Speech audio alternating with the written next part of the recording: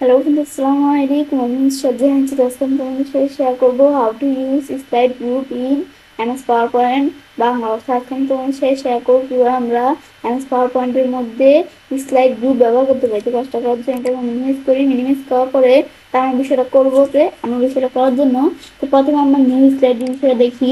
তো আমার এখান থেকে এই স্লাইডটা দিকে আছে। এখন আমি যদি আমার নিউ স্লাইডে ক্লিক করি, এই ধরো এরকম একটা স্লাইড চলে আসলো। আবার আমি যদি এই যে এখানে ক্লিক করি, ক্লিক করার পরে এখানে বিভিন্ন ধরনের স্টাইল আসছে। এখন আমরা এখান থেকে যেটা ক্লিক করবো সেটা আমাদের এখানে চলে আসবে। এখন আমি ধরো আমার কোন স্লাইডে এটা ধরে ক্লিক করলাম, তো এরকম একটা স্লাইড কিন্তু আমার দিকে চলে আসছে, নতুন একটা স্লাইড। তো আসার পর এটার ভিতরে আমরা কাজ করতে পারি।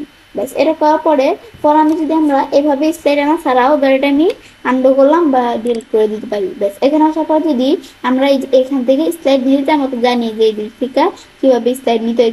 যেটাই ক্লিক করবো সেটাই চলে আসবে। পরে আমি যদি আমার মধ্যে একটা স্লাইড নিলাম, নেওয়ার পরে এটার মধ্যে আমি কিছু কাজ করলাম, কিছু লিখলাম। এখন লেখার পরে মনে হচ্ছে আমাদের অনেক লেখা ধরো টাইপ করে ফেললাম স্লাইডের মধ্যে।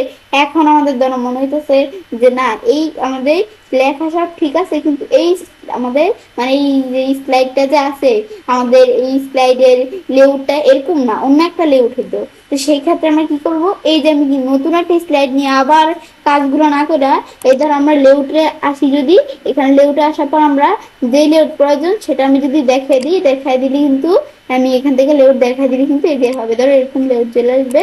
ধরো লেআউট এসে এটা দেখাই দিলাম, দেখাই দিলে ধরো লেখা সব ঠিকই আছে, খালি লেআউটটাই একটু চেঞ্জ হয়েছে। দেখো আমাদের এভাবে কিন্তু বিষয়টা করতে পারি।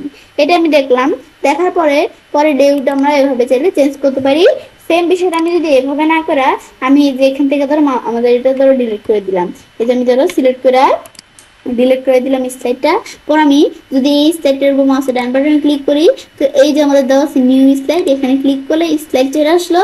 এখন আমাদের এটা লেআউট চেঞ্জ করার জন্য মাউসের ডান বাটনে ক্লিক করে এই যে আমাদের দেওয়া আছে কোথায় আমি দেখি লেআউটে ক্লিক করলে এর ধরো বিভিন্ন লেআউট দেওয়ার অপশন চলে আসছে, এখান থেকে লেআউট দিতে পারি। ব্যাস, এখন আমি চেঞ্জ করলে চেঞ্জ হয়ে যাবে। এটা হচ্ছে বিষয়টা এটা।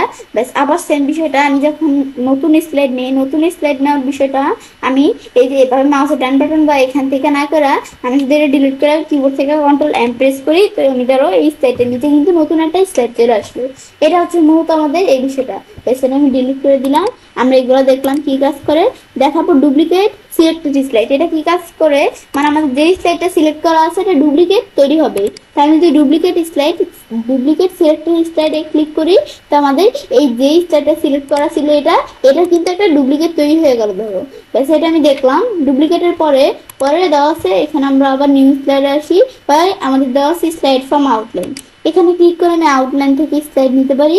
সেখানে ক্লিক করার পরে আমি এই যে দিক থেকে আমরা যখন এদিকে ক্লিক করলাম, করার পর আমরা আউটলাইন থেকে যে স্লাইড নিব, তো আমাদের অল আউটলাইন দেওয়া আছে। আমি এখান থেকে যেটা ভালো লাগে দেখাই দিতে পারি। আমাদের টেক্সট ফাইল দেখাই দিলাম। পরে আমার নিচ দিকে আসি, টেক্সট ফাইল কোনটাকে বলে, নোটপ্যাডের কোনো ফাইলকে। ধর আমি আমার এমস্পট ফোল্ডার আসতে এখানে একটা নোটপ্যাডের ফাইল দেওয়া আছে, এটা ওপেন করে আমি তোমাদের বিষয়ে দেখাচ্ছি। তো এটা আমি ধরো ডাবল ক্লিক করে ওপেন করলাম। ওপেন করলে কিন্তু আমরা আমাদের এখানে কি চলে আসলো, এখান থেকে আমাদের যখন ওপেন করলাম, ওপেন করার সাথে সাথে কিন্তু আমাদের এই নোটপ্যাডের যে ফাইলটা আছে, ফাইলটার পুরো আমাদের এই যে এখান থেকে আমাদের সেই নোটপ্যাডের ফাইলে যত ডাটা আছে সবগুলো নিয়ে একটা স্লাইড, এই অনেকগুলো স্লাইড কিন্তু তৈরি হচ্ছে। এটা হচ্ছে মূলত এই বিষয়টা। ব্যাস, আবার আন্ডার করে আমরা আগের মতো নিয়ে আসলাম। পরে দেওয়া হচ্ছে আমাদের রিউজ স্লাইড। এটা দিলে কি কাজ করে, আমি যদি এখানে ক্লিক করি, ক্লিক করার পরে আমাদের ধরো এখানে কোনো কিছু ব্রাউজ করা নাই, আমি ধরো এই যে এখানে ক্লিক করে আমরা ব্রাউজ করতে পারি। তো এখানে ক্লিক করার পর কিন্তু আমরা আমাদের এই দুইটা অপশন দেওয়া আছে। আমি কি আমাদের লাইব্রেরি থেকে ব্রাউজ করব বিষয়টা, স্লাইড লাইব্রেরি থেকে, নাকি আমাদের ফাইল থেকে ব্রাউজ করব। আমি যদি ব্রাউজ ফাইল দিই, দিলে কিন্তু আমাদের এখান থেকে ফাইল থেকে ব্রাউজ করতে পারি। তা আমি ধরো এই ডকুমেন্টে আসলে আমি চাইলে কোনো একটা পাওয়ার পয়েন্টের ফাইল দিয়ে বিষয়টা করতে পারি। ধরো আমি আমার এই পাওয়ার পয়েন্টের ফাইল দিলাম, এখানে আমাদের ছয়টার উপর কিন্তু এখানে কি দেওয়া আছে, স্লাইড দেওয়া আছে।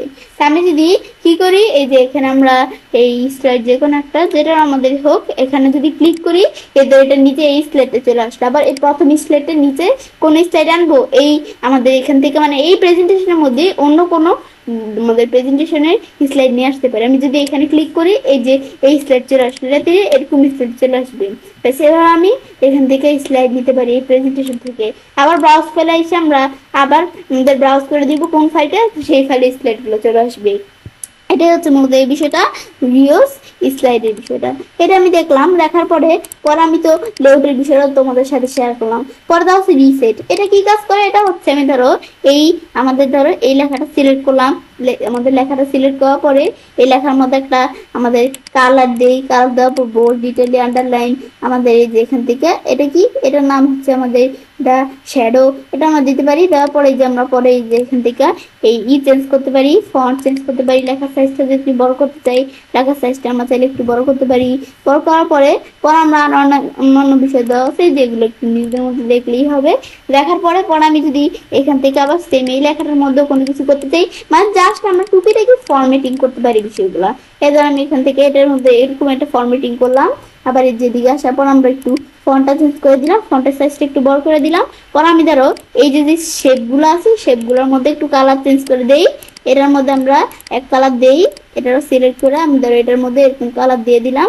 দেওয়ার পর আমি ধরো এখানে জাস্ট কিছু তোমাদের দেখানোর জন্য কিছু ফরম্যাটিং করলাম। করার পর আমি যদি এখন আমাদের হোম মেনুতে আসার পরে এই রিসেট দেই, তাহলে কি কাজ করে আমি একটু দেখি। রিসেট দেই, ধরো আমরা আমাদের কষ্ট করে যত ফরম্যাটিং করলাম সব ফরম্যাটিং রিসেট হয়ে গেল। তো এটা হচ্ছে রিসেটের বিষয়টা, মানে ক্লিক করলে আর ফরম্যাটিং করলে এটা যদি না প্রয়োজন হয় তার মানে রিসেটে ক্লিক করে, মানে আন্ডো না করে রিসেটে ক্লিক করলে একদম বিষয়গুলো রিসেট হয়ে যাবে। আবার সেম বিষয়টা আমি ধরো আন্ডো করি, আমি মাউসের ডান বাটনে ক্লিক করি, আমি ধরো বাইরে কাজটা রেখে মাউসের ডান বাটনে ক্লিক করে রিসেট স্লাইড দিলাম, রিসেট হয়ে গেল বিষয়টা। সেটা আমি দেখলাম কি কাজ করে। দেখার পরে এটার পর রিসেটের পর সেকশন, আমি সেকশন তৈরি করতে পারি। ধরো আমি 3 নাম্বার স্লাইডটা কাজটা রাখলাম, রাখার পরে এখন আমরা এই ধরো সেকশন এসে আমি যদি এখন কিন্তু এই অপশনগুলো নিচে আমাদের ডিজেবল হয়ে আছে, আমি এখন যদি অ্যাড সেকশনে ক্লিক করে আবার এখন কিন্তু এই অপশনগুলো ইনেবল হয়ে গেল। এখন আমি জানি কি করতে পারি, আমরা এই যে সেকশনটাই আমাদের কাজটা রাখা আছে এটা আমি রিনেম সেকশনটার একটা নাম দিতে পারি। ব্যাস, পর আমরা এন্টার প্রেস করে আমাদের সেকশনটার নাম চেঞ্জ হয়ে গেল। আর এটা হচ্ছে ডিফিউজ যে সেকশনটা। ব্যাস, দেখার পর আবার আমি চাইলে সেকশন কি করতে পারি, এই দুটো আমি একটু পরে দেখছি, কলাপস করতে পারি, সেকশন এক্সপেন্ড করতে পারি। পর আমি যদি এই যে এই দুইটা আমাদের এখান থেকে স্লাইড দিয়ে সিলেক্ট করে আমরা কোথায় আসি, ডিজাইনে আসার পর আমি এই দুইটা কিন্তু আমরা কি করতে পারি, এই যেভাবে থিম চেঞ্জ করতে পারি। থিম চেঞ্জ করলে কিন্তু এই দুটো চেঞ্জ হলো, এই দুটো চেঞ্জ হলে এইগুলোরও তো চেঞ্জ হওয়ার কথা, কিন্তু এগুলো চেঞ্জ হয় না কেন, এইগুলো আলাদা একটা সেকশন। এখন আমি যদি এই সেকশনের মধ্যে আবার আমরা কোনো কিছু করি, এদের কোনো ফরম্যাটিং করি, ব্যাস করলে কিন্তু এখন আবার দেখতে পাচ্ছি আমাদের এই সেকশনের মধ্যে আমরা একটার মধ্যে করছি, এখন বাকি স্লাইডগুলোর মধ্যে কিন্তু এই দেখো এই যে এরকম ফরম্যাটিং হয়ে গেছে। এগুলো আমি কিন্তু করতে পারি, এই যে দেখো এই যে এরকম ভাবে কিন্তু বিষয়গুলো আমাদের সেট হয়ে গেল। এটা আমি দেখলাম আমরা এই থিমের এই সেকশনস এর বিষয়গুলো। আবার আমি যদি এই যে এখানে আসি, এখন যদি আমরা সেকশনসে আসি, আমাদের যদি এখন কি করি, এদের এই সেকশনটা সিলেক্ট করলাম, এখন আমাদের যদি এই রিমুভ সেকশন দেই, শুধু এই সেকশনটা কিন্তু রিমুভ হয়ে গেল। আর আমি যদি এখানে আসার পর আমরা এই যে আমরা সেকশনসে আসি, রিমুভ অল সেকশন দেই, তাহলে সকল সেকশনগুলো রিমুভ হয়ে যাবে, মানে এখানে যত সেকশন আছে সবগুলো আমাদের রিমুভ হয়ে যাবে। এটা দেখার পরে এখন আমি যদি মাউসের ডান বাটনে ক্লিক করে সেকশনের বিষয়টা করতে চাই, সেম আমি মাউসের ডান বাটনে ক্লিক করি, করার পরে এই যে আমরা যদি এখানে একটু দেখি, আমরা দেখি এই যে অ্যাড সেকশন, ক্লিক করলে সেকশন অ্যাড হয়ে গেল।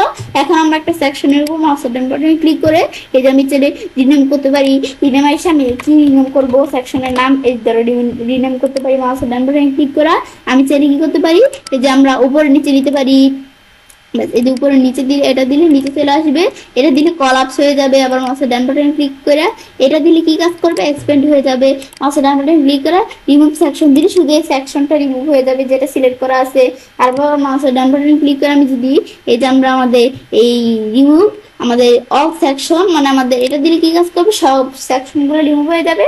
এখন আমাদের এই যে বিষয়টা কিন্তু হয়ে গেল, মানে আমাদের মাউসের ডান বাটনে ক্লিক করে রিমুভ অল সেকশন দিলে আমাদের সব সেকশনগুলো রিমুভ হয়ে যাবে। এটা কি বলছে, আর রিমুভ আমাদের সেকশন এন্ড স্লাইড দিলে যে সেকশনটা সিলেক্ট করা আছে এটা তো রিমুভ হবে, সেকশন রিমুভ হবে, আবার স্লাইডগুলো রিমুভ হয়ে যাবে। এটা হচ্ছে এই বিষয়টা কাজ করে। এটা আমি দেখলাম, দেখার পর আমি ধরো মাউসের ডান বাটনে ক্লিক করে এটা আমরা দিলাম, তাহলে আমাদের স্লাইডগুলো থাকলে কিন্তু সেকশন সবগুলো রিমুভ হয়ে গেল। এটাই হচ্ছে বিষয়টা আমাদের কাজ করে। তো এবার আমি সেটা কাজটা করতে পারি। এবার আমরা চাইলে আমাদের খুব সহজেই এমএস পাওয়ার পয়েন্টের মধ্যে স্লাইড গ্রুপ ব্যবহার করতে পারি। ফ্রেন্ডস, আমার আজকের ভিডিও তোমাদের ভালো লেগে থাকে আমার চ্যানেলটি সাবস্ক্রাইব, লাইক করুন, সবার সাথে শেয়ার করবেন।